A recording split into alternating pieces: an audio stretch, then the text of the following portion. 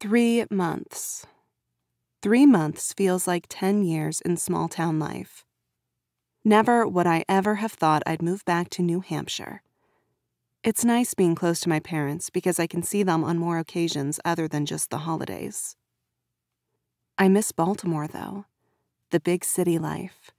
I'm used to being on the go 24/7. But alas, all I had in Baltimore is gone. Being newly divorced, I thought I could make it on my own, but it's not easy being a single mother. I practically was one even when I was married.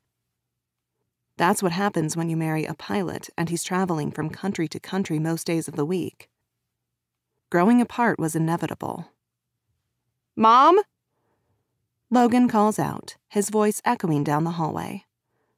Propping my feet up on the coffee table, I lean back on the couch.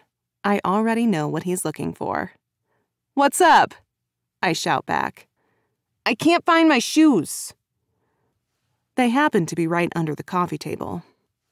"Come here and you might find them." When it comes to his room, he's not perfectly tidy, but at least he's somewhat neat. I don't know what it is about his shoes, but he'll leave them in odd places. I've found them under the bar in the kitchen, in the laundry room, and sometimes in the hallway for no apparent reason. Maybe it's a quirk most 10-year-old boys have. I don't know. But I'm learning new things about boys every day. Logan marches into the living room, dressed in a pair of jeans and a Baltimore Ravens long-sleeved t-shirt. It's his favorite team.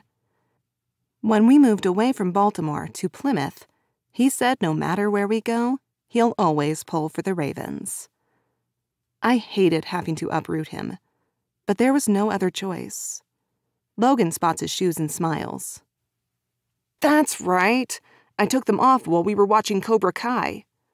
He grabs them and sits beside me so he can put them on.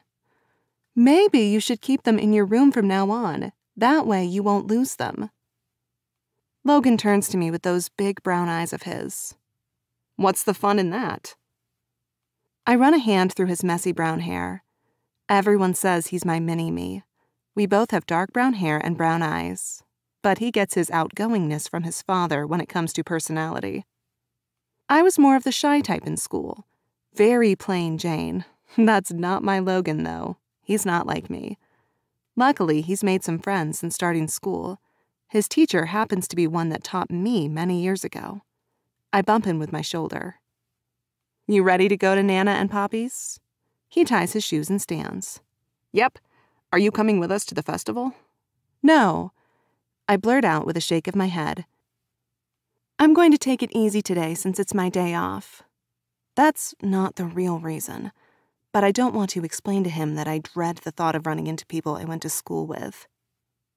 I had a few friends, but nothing that stuck after high school. We all went our separate ways. My way was straight out of New Hampshire. I stand and drape my arm over his little shoulders. "You're going to have so much fun." "Do you want me to get you a caramel apple?" He knows the way to my heart. Grinning, I squat down to his level and hug him. "That would be very sweet of you. You know I can't resist a caramel apple." "I know." He laughs. I tap a finger to my cheek and he kisses me. "Bye, Mom." I open the door and he runs out. My parents live just 3 houses away, so I watch him until he gets to their door and goes inside. When searching for a place to rent, I got lucky when this one came available.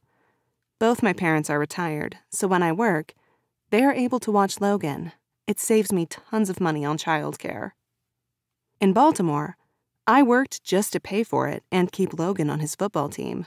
The fees aren't cheap. Even with child support from my ex, it wasn't enough to help with all the expenses. Now that I'm in a smaller town, my pay is less, but so are my bills. It's all worked out. Logan is on the youth football team and he's happy. That's all that matters.